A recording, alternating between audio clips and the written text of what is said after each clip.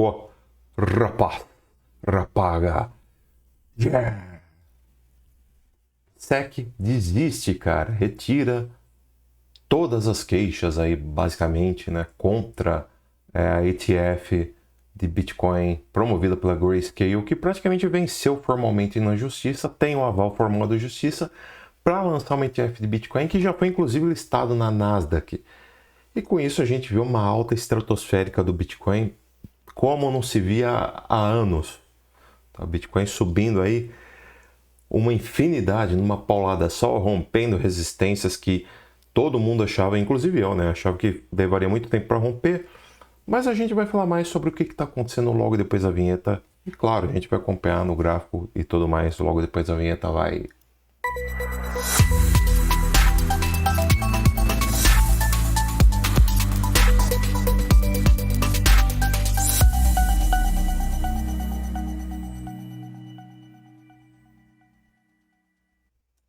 Mas de qualquer coisa, já vou pedir para que você se inscreva no canal se você não tiver inscrito.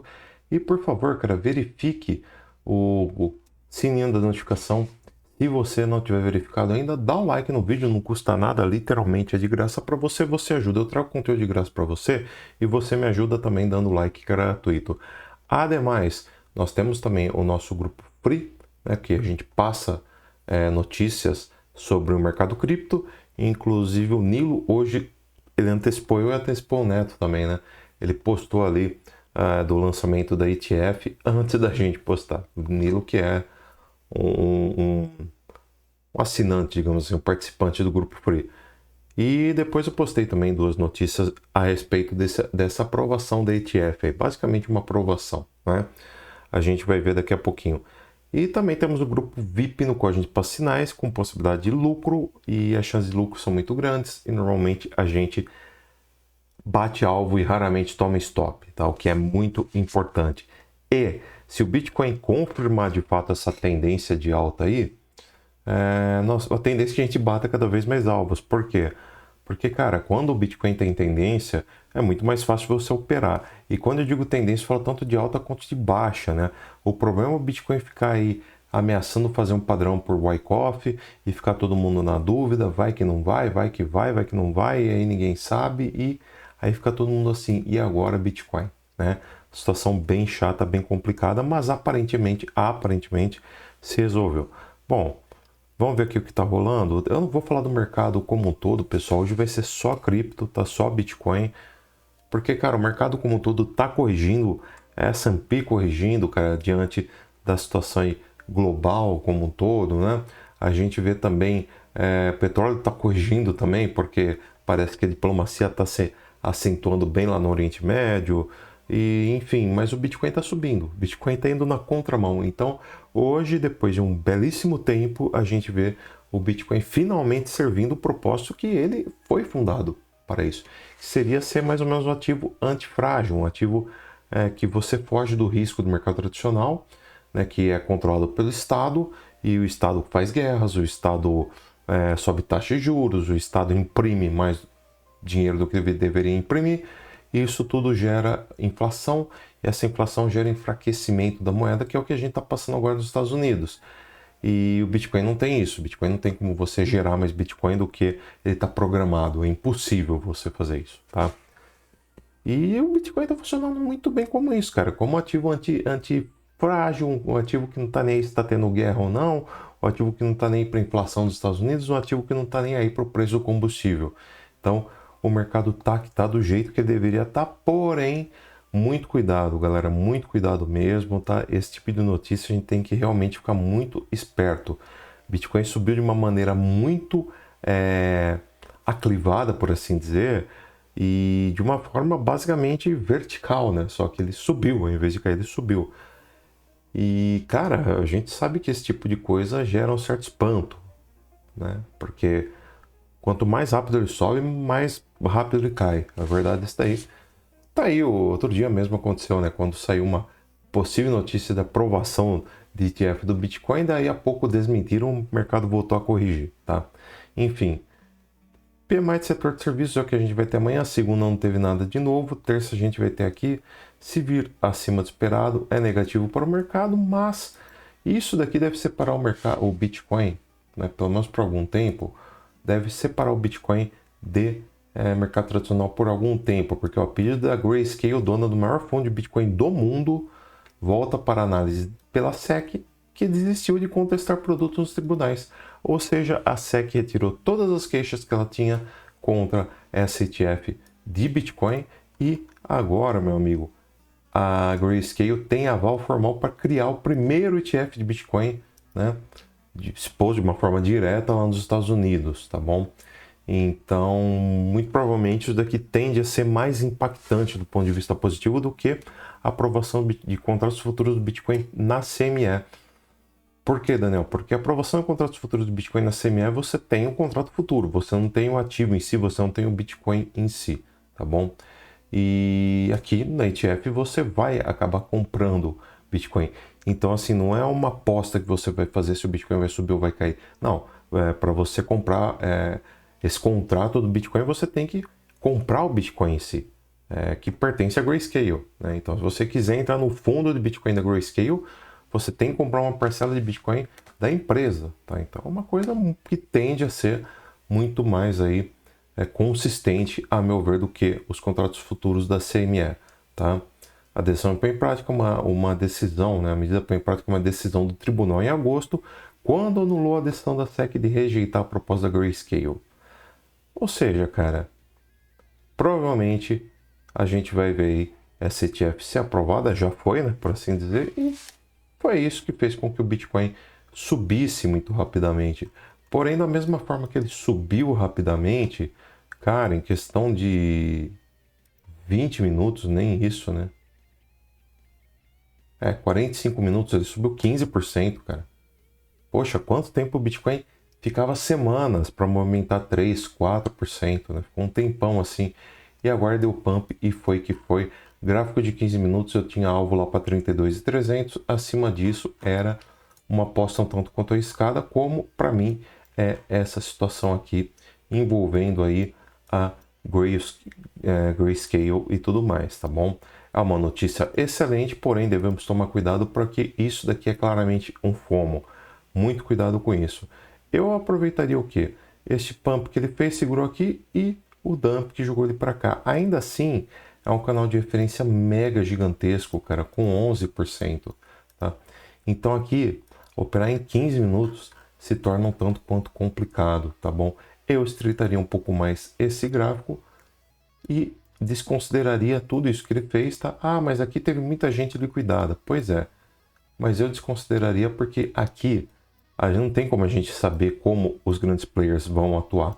E sinceramente, eu já digo para você de antemão, o ideal é você não operar Bitcoin até ele romper novamente 36 mil.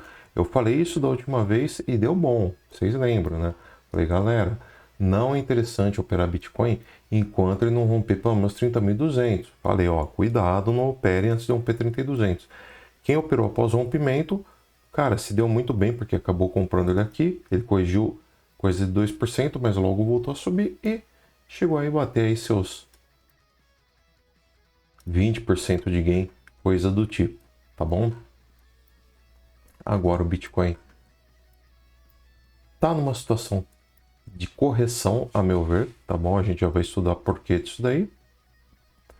E eu levaria em conta este candle que ele fez aqui, porque foi o candle mais volumoso do momento. Então, quer operar Bitcoin no curto prazo, cara? Olha, velho, é o que eu recomendo para você operar no curto prazo. Então você tem que entender o seguinte, que se ele perder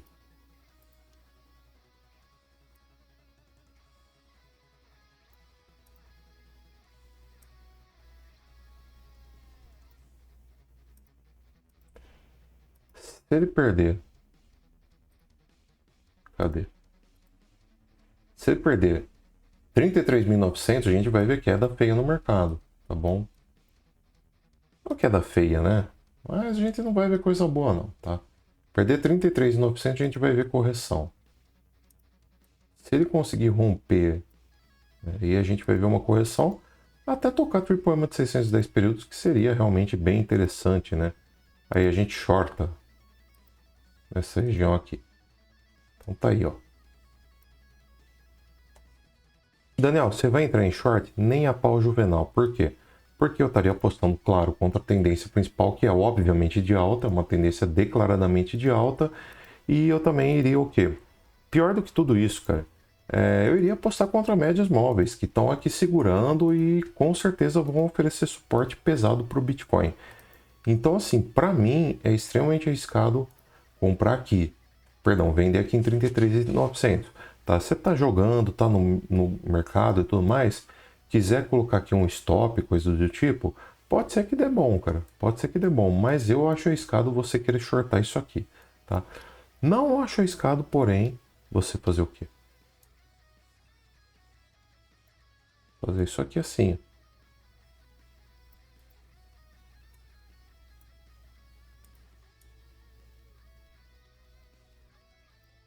Só que eu não acho arriscado.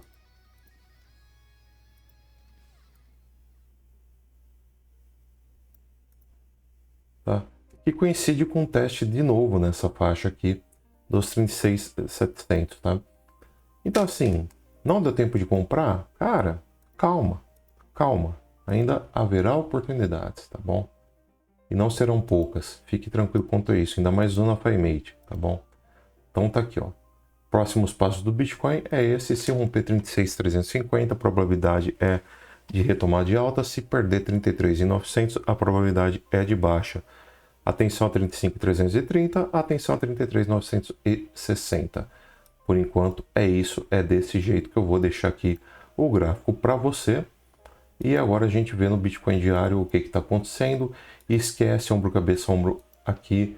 Esquece essa correção para cá. Esquece essa tinha para cá. O que mais? Aqui também. Beleza.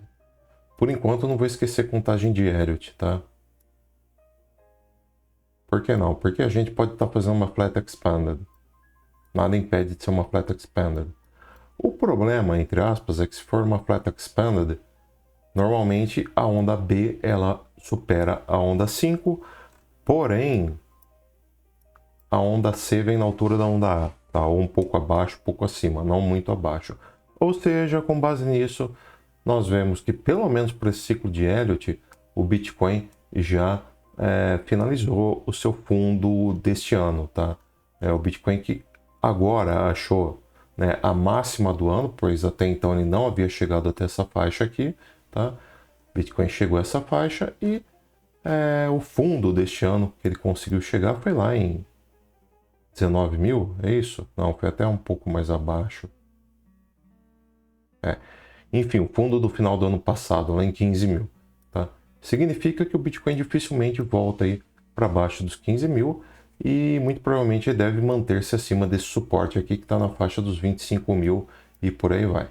Pode acontecer da gente sofrer uma rejeição aqui nesse teste da LTA. É uma LTA que vem lá de trás, ó, tá vendo? É uma LTA que vem lá de trás e agora está protegendo esse topo aí. O que era antes um suporte, agora se torna automaticamente uma resistência. Beleza, galera? Então é mais ou menos isso daí, tá?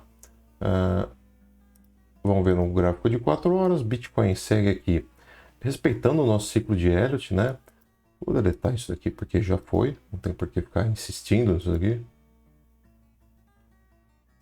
Pronto, já foi. Aqui também já foi. E o mercado deu este pump, um pump lindo, maravilhoso, né? Realmente algo que eu não esperava tão já, né? E tá vindo, tudo indica que ele tá caminhando aqui para os 35.600 aqui, que seria um ciclo de Elliott, de FiMate, né? Por esse canal. Eu por enquanto ficaria com mais confiança realmente dele, de caso ele consiga um P35.350, a gente veio pegar 35.968, quase 36 mil, tá certo? Então ficaria com confiança nisso. Vamos ver se ele vai conseguir alcançar aqui 35.600, tá bom, pessoal? Vamos ver que tá uma situação complicada. E no gráfico de 1 hora foi o que a gente mais conseguiu, né? Ver de uma forma consistente tudo isso, porque no rompimento de 30.300, conforme eu falei, ele agulhou certinho aqui em 31.300, né, basicamente, e sofreu uma certa rejeição, depois conseguiu passar e aí foi surfando e foi que foi, cara. Foi maravilhoso isso daqui.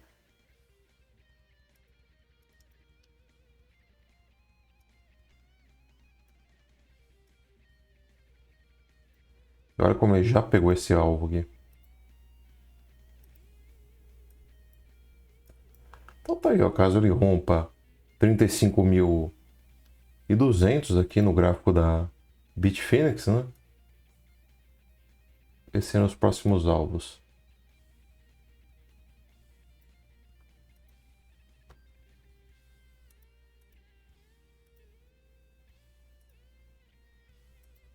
Trinta e seis mil trezentos e cinquenta,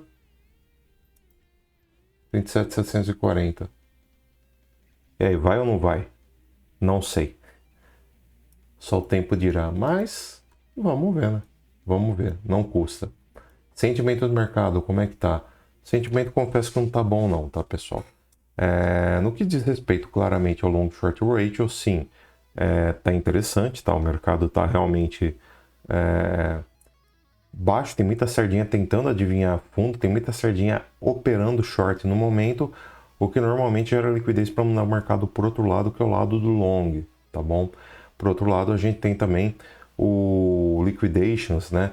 Que, como eu disse ontem, ó, esse tanto de sardinha liquidada, 88 milhões de contratos em short liquidado, no short squeeze aqui, tenderia a jogar o mercado para cima. Dito e feito, ele não fez outra, né? Tanto que aquilo que eu falei, ó, daqui até aqui a gente surfou 15% de alta. Não foi pouca coisa não, foram 15% de alta.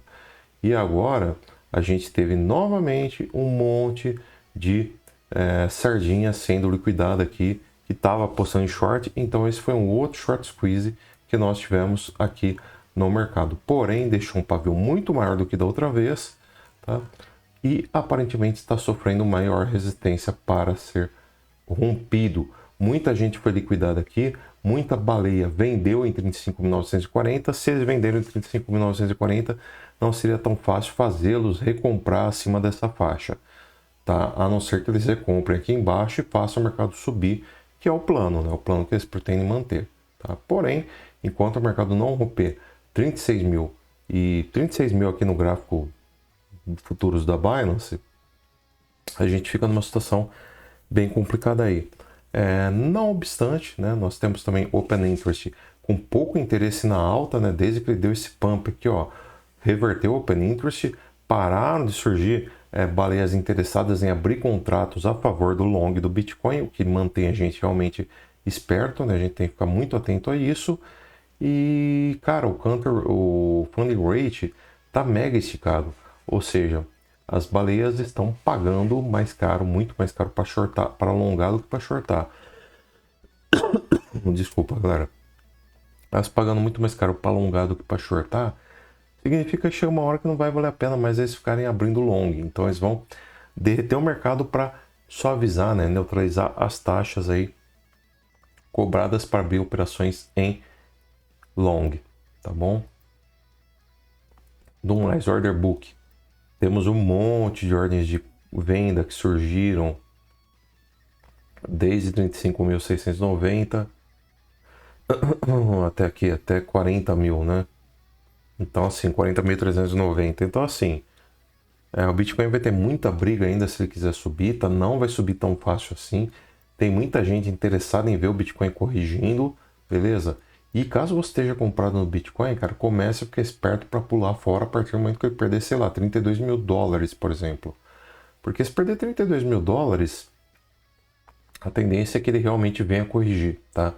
Aqui em 32.110 é um suporte interessante de 17 mil ordens de compra de Bitcoin.